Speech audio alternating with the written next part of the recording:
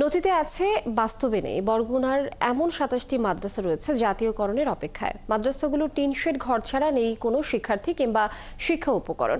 কোনো ধরনের শিক্ষা কার্যক্রম না থাকলেও অস্তিত্বহীন নিবন্ধনভুক্ত এসব মাদ্রাসার শিক্ষকরা পাচ্ছেন বেতন। ইমরান টিটুর অনুসন্ধানী প্রতিবেদন। ইবতেদায়ী মাদ্রাসা জাতীয়করণের দাবিতে বছরের শুরুতে রাজধানীতে আন্দোলন শুরু করেন শিক্ষকরা। সেই আন্দোলনে যোগ দিয়েছিলেন বরগুনার শতাধিক শিক্ষক।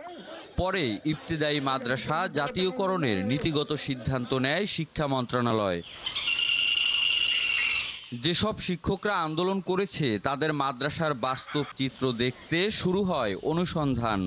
জাতীয়করণের তালিকায় রয়েছে বরগুনার বেতাগীর জলিসাহার দলিলউদ্দিন তালুকদার স্বতন্ত্র ইবতেদায়ী মাদ্রাসাটি। কিন্তু মাদ্রাসার একটি টিন শেড ছাড়া আর কিছু নেই। নেই কোনো শিক্ষার্থী কিংবা শিক্ষা উপকরণ।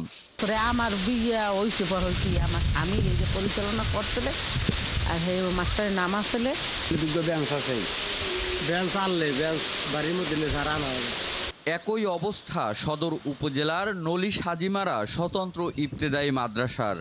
নথিপত্রে আছে শিক্ষক শিক্ষার্থী, কিন্তু মাদ্রাসার জমিদাতা ও এলাকার লোকজন বলছেন ২০ বছর ধরে বন্ধ সকল কার্যক্রম। অবকাঠামো খারাপ থাকার কারণে স্টুডেন্টরা আসছে ঠিকমতো তারা পড়ে না, কিন্তু এখানে নাম আছে। আমরা শুনছি যে বেতন চলে, কিন্তু কারা নেয় মাস্টার কারা তাও জানি না। এসব মাদ্রাসার প্রায় ১৩৫ জন শিক্ষক মাস শেষে বেতন তুলতে না ভুললেও ভুলে গেছেন প্রতিষ্ঠানে আসার পথ। হেডমাস্টার থাকে তো বরগুনা এনে নিয়ে গেছে। হেডমাস্টার আসে না এখানে? না, আজকে আসে না, আসার কথা আছে। মানে ক্লাসের জন্য একটু অনুপযোগী হয়ে গেছে, কারণ ভিতরে যে আমাদের আসবাবপত্রগুলো লাগবে। যদিও শিক্ষা মন্ত্রণালয়ের মাদ্রাসা জাতীয়করণের নীতিগত সিদ্ধান্তের খবরে তড়িঘড়ি করে শুরু হয়েছে ঘর নির্মাণের কাজ।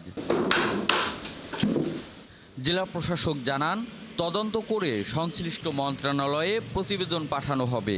আমরা আগে তথ্য নিই, বাস্তব অবস্থাটা দেখি, তারপর আমরা আমাদের ঊর্ধ্বতন কর্তৃপক্ষকে জানানোর প্রয়োজন হলে আমরা সেটা জানাবো এবং এই বিষয়ে যে ধরনের ব্যবস্থা নেওয়া দরকার আমরা অবশ্যই সেটা নেব। জাতীয়করণের তালিকায় পুরো জেলায় রয়েছে ২৭টি মাদ্রাসা।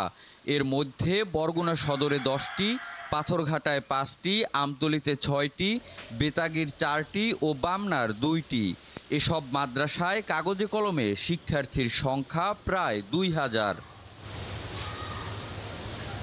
ইমরান টিটু, ৭১, বরগুনা।